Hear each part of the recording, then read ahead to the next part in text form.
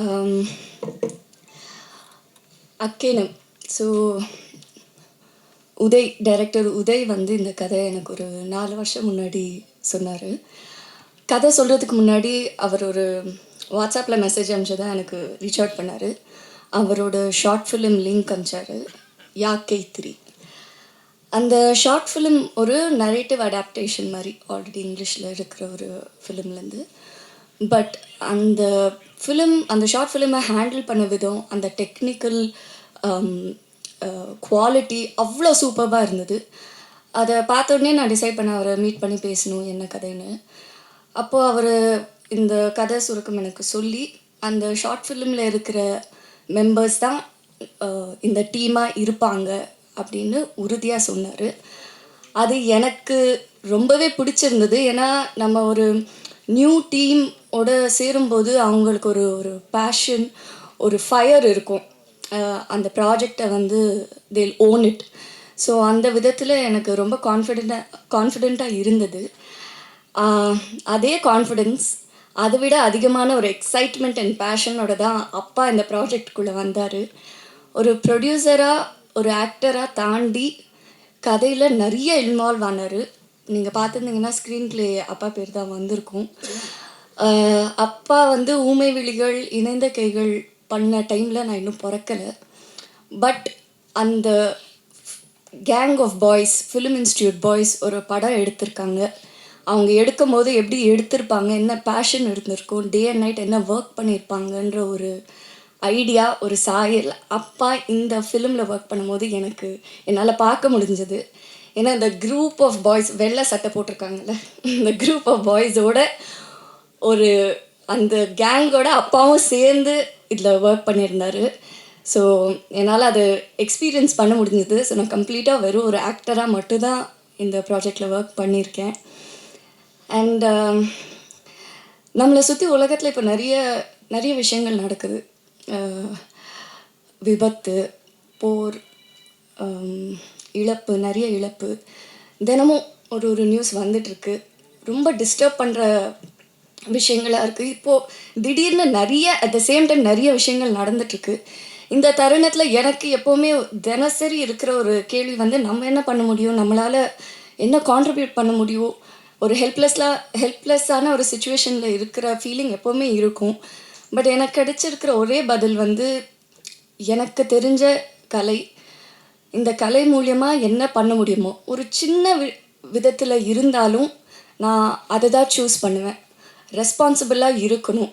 நான் பண்ணுற கதைகள் சரி, நான் தேர்ந்தெடுக்கிற கதாபாத்திரமும் சரி, ஒரு ரெஸ்பான்சிபிலிட்டியோடு இருக்கணும்னு இப்போ வரைக்கும் நான் நம்பி அப்படி தான் கதைகள் பண்ணியிருக்கேன்.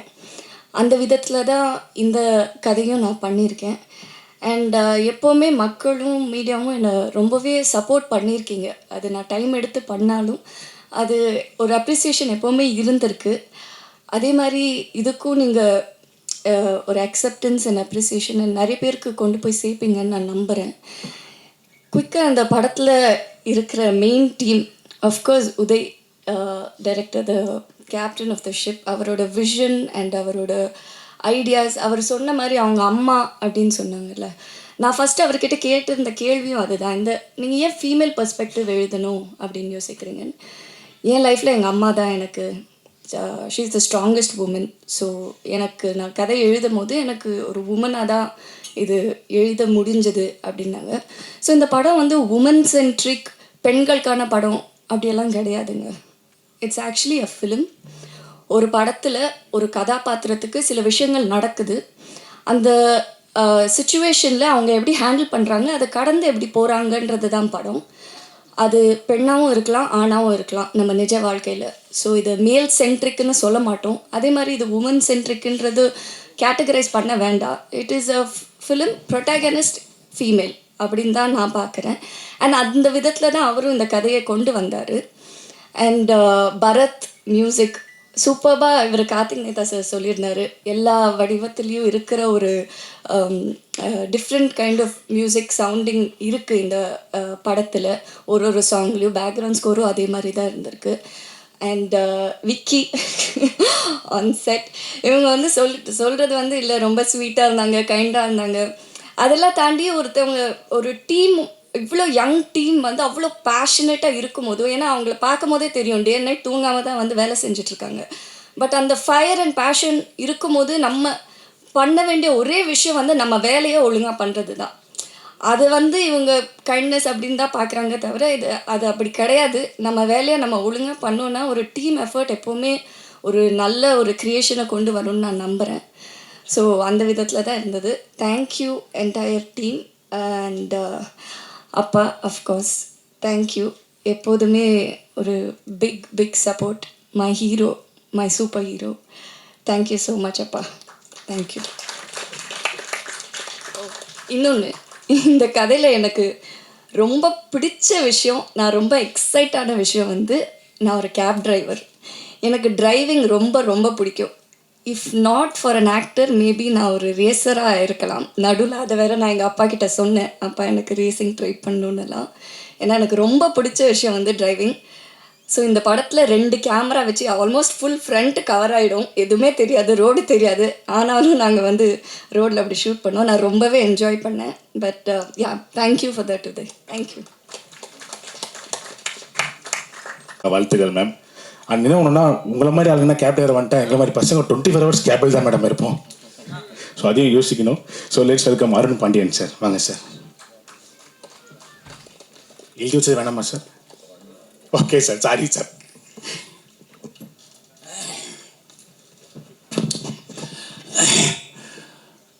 மீடியா, ப்ரெஸ் எல்லாருக்கும் மதிய வணக்கம். இந்த மேடையில் பார்த்தீங்கன்னா எந்த சீஃப் கெஸ்ட் இல்லாமல் ஏன் இது வச்சுருக்கேன்னா, யார் வேணாலும் நம்ம கூப்பிட்டா ஒரு ப்ரெஷர் பண்ணால் தம்பி விஜய் சேதுபதியோ இல்லை யாரோ வரிசையாக சொல்லலாம், பேர் சொல்லி கூப்பிட்டா வந்துடுவாங்க.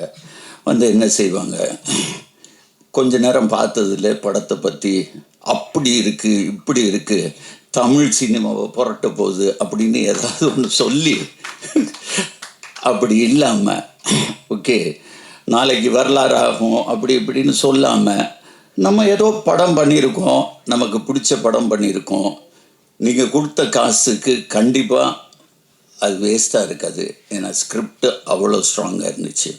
அதனால தான் சீஃப் கெஸ்ட் இல்லாமல் என்னுடைய நண்பன் கருணாமூர்த்தி ஐங்கரன் உடைய மேனேஜிங் டைரக்டர் கருணா, எல்லாத்துக்கும் ஒரு வணக்கம் போட்டுரு கருணா. தென் இன்னொரு சீஃப் கெஸ்ட் டைமண்ட் பாபு. மேலே வாங்க, மேலே வாங்க. இவர் தான், மேலே வாங்க பாபு. பாபு சார் மேலே வாங்க. என்னுடைய முதல் படத்தில் ஊமைவெளிகளில் அவருக்கு ஒரு சேர் போட்டுடலாமா?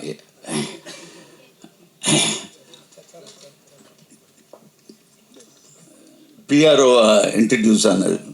இவரை பற்றி சொல்லணும்னா, ஒரு வாட்டி ஷூட்டிங்கில் ரஜினி சார் ஷூட்டிங் நடந்துட்டு இருக்கு. பிரபு இருந்தார், பிரபன் இருந்தாங்க. எல்லாம் இருக்கும்போது நாங்கள் போனோன்னே ஹீரோ ஹீரோ ஹீரோ இங்கே வாங்க அப்படின்னாரு.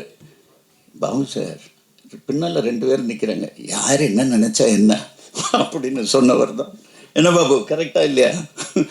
எத்தனை பேர் இருந்தாலும் ஹீரோ ஹீரோன்னு ஆரம்பத்துலேருந்து சின்ன வயசுலேருந்து சொல்லி பழக்கம் ஆனதுனால அப்படியே கூப்பிடுறேன்னு சொன்னார். ஸோ இந்த படத்துக்கு ஒரு 3 சிறப்பு அம்சம் இருக்குது. ஒன்று, எல்லாருமே புது டெக்னீஷியன். நான் முதல்ல கீர்த்தி சொன்னதுக்கப்புறம் ஒரு 2 வருஷத்துக்கு முன்னால் கதையை கேட்டோன்னே எனக்கு அது பிடிச்சிச்சு. இவன் கூட உன் கூட மதனா வந்தான், மதன்னு ஒரு பையன் வந்தான், இவனுடைய அசிஸ்டன்ட் டைரக்டர். நல்லா இருக்குப்பா, இது கொஞ்சம் ஒர்க் பண்ணணும், உனக்கு அது பிடிச்சிச்சின்னா நானும் சேர்ந்து ஒர்க் பண்ணால் தான் நம்ம பண்ண முடியும். சார் பண்ணலாம் அப்படின்னா, இல்லை அப்படி உனக்கு இஷ்டம் இல்லைன்னா நீ போயிட்டு வா அப்படின்னு. சரி சார் அப்படின்னு போனால் ஒரு 4 நாள் கழித்து திருப்பி வந்துட்டான். இல்லை சார் நம்ம ஒர்க் பண்ணி பண்ணுவோம் அப்படின்னா. சரி பண்ணும்போது உட்காந்துட்டு, சார் யூனிட்டாக எல்லோரும் ஒன்றா நாங்கள் சேர்ந்து பண்ணணும்னு ஆசைப்பட்டோம். யூனிட்டாக? யார் யூனிட்டு? மியூசிக் டைரக்டர் புதுசு, எடிட்டர் புதுசு. அப்படியா? சரி, அவங்க எல்லாத்துக்கும் திறமையாக இருக்கா சார் கேட்குறீங்களா அப்படின்னா, ஒன்றும் வேண்டாம், சரி வர சொல்லு, எல்லோரும் வெளியே தான் நிற்கிறாங்க, வரிசையாக கூப்பிட்டுட்டு வரேன்னு வரிசையாக எல்லாத்தையும் கூப்பிட்டுட்டு வரோம். அப்படி வரிசையாக உள்ளே வந்தவங்க தான். அதில் மியூசிக் டைரக்டர் வேற, என்னடா எடுத்துகிட்டு வந்த நீ,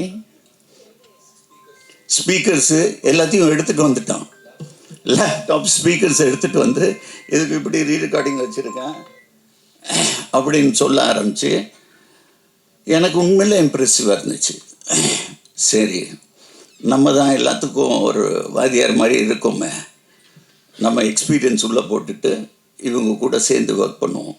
இவங்க சின்சியாரிட்டி பற்றி சொல்லணுன்னா ஃபர்ஸ்ட் ஷெட்யூல் நாங்கள் ஒடிசா போகிறோம். ஒடிசாவில் இவங்களை ட்ரெயினில் அனுப்பிச்சிட்டு நான் ஃப்ளைட்டில் போயிட்டேன். போகும்போது அங்கே அந்த பைக் ஷாட் பார்த்தீங்களா ட்ரெய்லரில், அந்த பைக் அங்கே ஹையர் பண்ணணும். நான் உதயிட்ட கூப்பிட்டுட்டு பைக்கு எந்த மாதிரி, சார் நாங்கள் ட்ரெயினில் வரும்போது தூக்கிட்டு வந்துட்டோன்னா, தூக்கிட்டு வந்துட்டிங்களா, ட்ரெயினில் புக் பண்ணி எடுத்துகிட்டு வந்துட்டாங்க, அது அவனோட பைக்கு. ஸோ அந்த பைக்கு சரி போய் எடுத்துகிட்டு வாங்கன்னா, பைக்கு புவனேஸ்வரில் இல்லாமல் கேல்கட்டா போயிடுச்சு. என்னடா நாளைக்கு ஷூட்டிங் கேல்கட்டாக்கு ஆளை அனுப்பிச்சிட்டு எடுத்துகிட்டு வந்துட்டாங்க. அவ்வளோ சின்சியாரிட்டி. ஸோ ஒவ்வொரு விஷயத்துலையும் இவங்க சின்சியாரிட்டி பார்த்துட்டு நான் உண்மையில் எனக்கு ஊமை விழிகள் ஞாபகம் வந்துச்சு. அந்த மாதிரி தான் இந்த பசங்களை வச்சு ஒரு அருமையான டீம் இது, ஹார்ட் ஒர்க்கிங். இன்னைக்கு சினிமா இருக்கிற கரப்ஷன் எதுவுமே இல்லை. வண்டி வந்தால் தான் இல்லை, எல்லாம் ஒரு 10 பைக்கில் வந்துடுவாங்க லொக்கேஷனில், ஒன்றா சாப்பிடுவோம், ஒன்றா இருப்போம். என் பிள்ளைகளோட 2 வருஷம் நான் இவங்க கூட தான் அதிகமாக இருந்தேன். ஸோ இவங்க எல்லாத்துக்கும் மிகப்பெரிய நன்றி.